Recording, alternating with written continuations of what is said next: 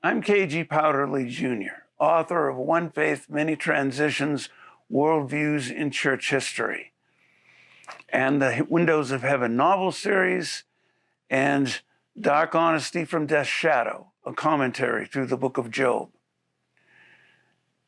From 2021 to the spring of 2022, we produced the following 30-part church history series, Worldviews in Church History, based on One Faith, Many Transitions. Much has shifted in the world and in our country since the 4 years have passed since. For example, at that time, in the immediate fallout from the January 6th Capitol riot debacle, the idea that President Trump could be elected again to a second term was all but laughable at the time. And the revealing anti-Semitic wake on America's college campuses from the Hamas 10/7 attack on Israel was still over 2 years off. These incidents have had a significant effect on evolving Christian-Jewish relations in the 21st century. Such events, while individually unpredicted and unpredictable, nevertheless continue to unfold in the same broad patterns discussed during the final 10 episodes of this series. Christians who take the Bible seriously as a pattern for life and culture are noticing that we seem to be entering another transition where we will need to think more clearly and deeply about how best to apply many timeless biblical truths to the world we face in the years and decades ahead. While some things may seem more encouraging today than they did 4 years ago, new dangers come at us from different directions than what we have been accustomed to for the last 50 years or so. Do such events represent a seminal or more or less permanent shift? Or is the downward momentum of the last 75 years too heavily entrenched to overcome in the long run?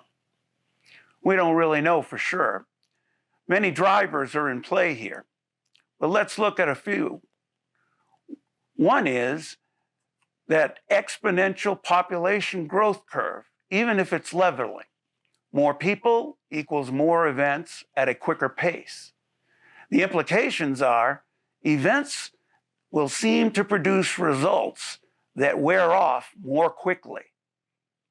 Impacts that might have lasted a generation or two had they happened 50 to 100 years ago now expire in less than 5 to 10 years, whether for good or evil. We might think of this as an increase in social entropy, the rate at which societies tend to decay, unless even more intense strategies to counteract that decay are executed at an even greater pace.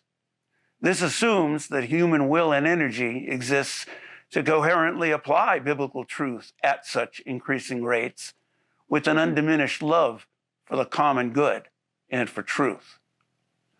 While God is unlimited, it seems he may be quickly approaching a wall of human limits. We might be, historically speaking. God has usually, for whatever reason, operated within our limits, perhaps to keep from outpacing our comparative frailty. We talked about how history-shaping ideas seem to behave as if they ride pendulum arcs between two general extremes on whatever topics they represent. Imagine, however, that the number of such pendulums and the speed at which they swing has increased the momentum of buzzing locust wings. God is not overwhelmed by this, but he generally seems to limit himself to speeds that will not overwhelm us. Human fatigue is thus a real factor, no matter how unlimited and powerful God is. It is not a question of God's power, but of what conditions he imposes on the universe and situations to keep things from overwhelming us.